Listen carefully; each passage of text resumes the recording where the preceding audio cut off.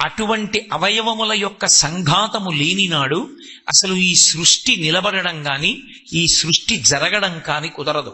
అందుకే కానీ స్త్రీ విషయంలో సాష్టాంగ నమస్కారం పరిహరింపబడింది భగవంతుని ముందు కూడా.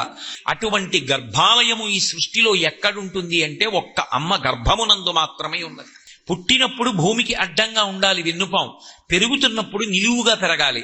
అటువంటి ప్రాణిని తయారు చెయ్యాలన్నా అమ్మ కడుపులోనే.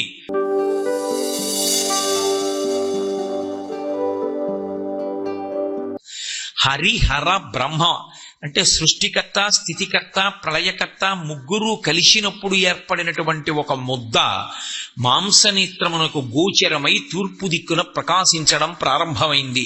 అదే పరబ్రహ్మమన్నారు. ఆదిత్య హృదయంలో మహానుభావుడు వాల్మీకి మహర్షి కూడా అలాగే వర్ణించారు.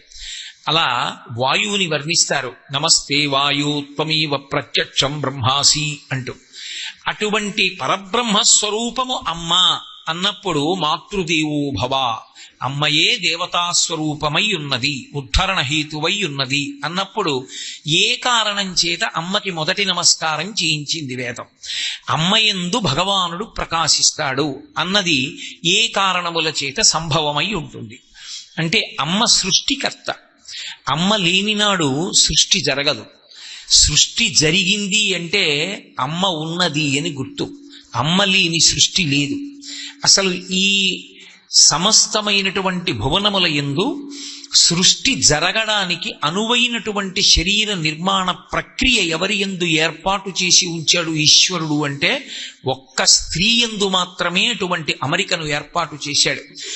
ఆమె లేనినాడు, అటువంటి అవయవముల యొక్క సంఘాతము లేనినాడు అసలు ఈ సృష్టి నిలబడడం కాని ఈ సృష్టి జరగడం కాని కుదరదు. అందుకే పరమేశ్వరుడు కూడా స్త్రీల విషయంలో ఒక మినహాయింపిచ్చాడు. పురుషుడు వెడితే సాష్టాంగ నమస్కారం చెయ్యాలి, భూమి మీద పడి అవయవములు తగిలేటట్టుగా నమస్కరిస్తారు. కానీ స్త్రీ విషయంలో సాష్టాంగ నమస్కారం పరిహరింపబడింది భగవంతుని ముందు కూడా. సాష్టాంగ నమస్కారం చెయ్యడాన్ని శాస్త్రం అంగీకరించలేదు. ఎందుకు అంగీకరించలేదు అంటే ఈ సమస్తమైనటువంటి సృష్టి ఏ స్త్రీ యొక్క శరీరమునకు అధోభాగమునందుండేటటువంటి రంధ్రము నుండి ఉత్పన్నమవుతోందో, ఏ స్త్రీ యొక్క శరీరము పైన ఉన్నటువంటి స్థనముల చేత పోషింపబడుతోందో అటువంటి సృష్టి స్థితులకు హేతువులైనటువంటి అవయవములు నేల మీద తగలడానికి వీలు లేదు నా ముందు నమస్కరించిన. వాటి చేత ఈ సమస్త జగత్తు నిలబడింది, పోషింపబడుతోంది. అవి నా ముందు నేలకి తగలక్కర్లేదని పరమేశ్వరుడు మినహాయింపునిచ్చాడు.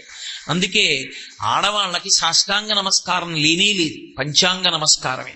అదే పురుషుడు పంచాంగ నమస్కారం చెయ్యాలంటే శరీరం అంతా నేల మీద పడేటట్టుగా నమస్కారం చెయ్యడానికి కావలసినంత చోటు లేకపోతే, అలా తాను నమస్కరించినప్పుడు పాదముల వైపుకి తనకన్నా పెద్దలు గౌరవనీయులైనటువంటి వారు ఉండిపోతున్నారనే అనుమానం ఉంటే అప్పుడు మాత్రమే పంచాంగ నమస్కారం చెయ్యాలి. లేకపోతే సాష్టాంగ నమస్కారమే చెయ్యాలి పురుషుడు. అంటే వేదం స్త్రీ విషయంలో ఎంత గౌరవాన్నిచ్చి నమస్కరించిందో చూడండి. దానికి కారణం ఒక్కటే, సృష్టికర్త అయినటువంటి బ్రహ్మగారికి సంబంధించినటువంటి అంశ ఆడదాని యందు ప్రచోదనమై ఉంటుంది. అసలు అమ్మ యొక్క శరీరమునందు అటువంటి లక్షణం లేకపోతే, మీరు భాగవతంలో కపిలగీత చదివితే స్త్రీ పురుషుల యొక్క సంయోగ ప్రక్రియ చేత విడుదలైనటువంటి ఆ పదార్థములు సంయోగము చెంది ఒక చిన్న బుడగగా ఏర్పడినప్పుడు అంది చైతన్యం పోసుకుని అందులోకి ఒక జీవుడు ప్రవేశించి గర్భవాసం చేసి లోపల సప్త ధాతువులు ఏర్పడాలి.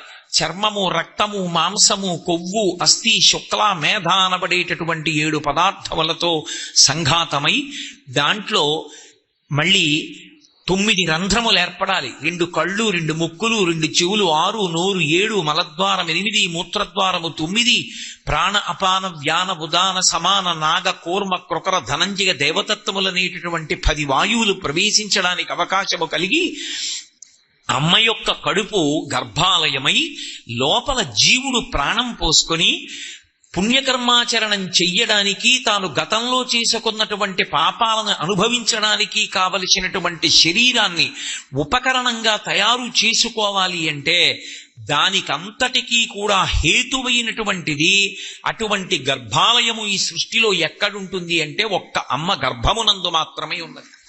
ఎందుచేత అంటే బయట బ్రహ్మగారు ఈ సృష్టి చేసేటప్పుడు 4 దృష్టిలో పెట్టుకుంటాడని శాస్త్రాలు చెప్తున్నాయి. తనువు, కరణము, భువనము, భోగము అని 4 దృష్టిలో పెట్టుకుంటాడు. తనువు అంటే ఈ శరీరాన్ని ఏర్పాటు చేస్తాడు. ఈ శరీరాన్ని ఏర్పాటు చెయ్యడం అంత తేలికైన విషయమేం కాదు.